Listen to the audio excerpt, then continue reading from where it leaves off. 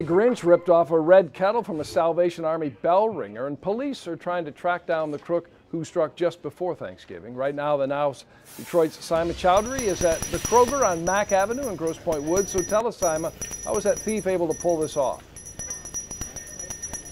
Well, when the bell ringing volunteer decided to go inside for a bathroom break, she came out and she found this was missing. We're talking about the red kettle and the stand. She actually came out and she saw someone driving off with it. Now, this happened around 4:30 yesterday. So take a look at the parking lot right now. This is what it looked like yesterday. It is packed with people. The sunlight is still out. So someone was bold enough to do this. And get this, this is about 100 pounds. So it is not easy to lift and take with you. So the person who stole this was really determined. This is the call for generosity. The Salvation Army's bell ringers stand outside stores like this Kroger in Grosse Pointe Woods, hoping shoppers will open their hearts and their wallets.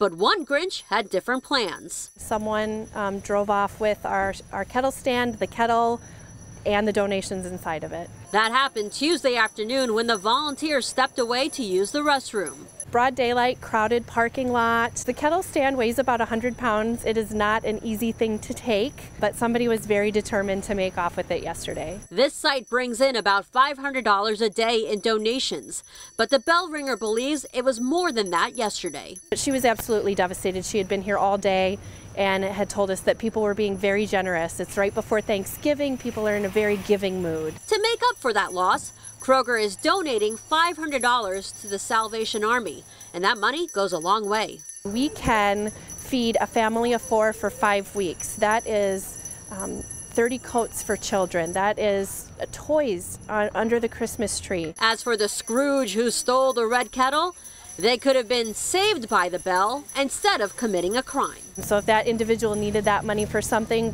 it might have been something that we could have helped them with, and they wouldn't have needed to steal our kettle. All right, now Kroger is working with Grosse Pointe Woods police. They're working on providing them some surveillance video so they can have a better description for the person who stole this and the car they were in. I'll send it back to you. Simon, is it common for bell ringers to be alone, and if they need a break, to walk away from those kettles for a few minutes?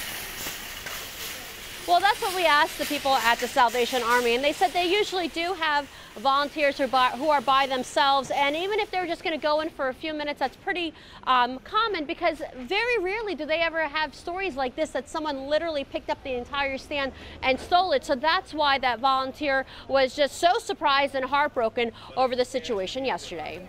All right, Simon, thanks so much. Kudos to Kroger's for stepping up, right, and donating that money. Well, this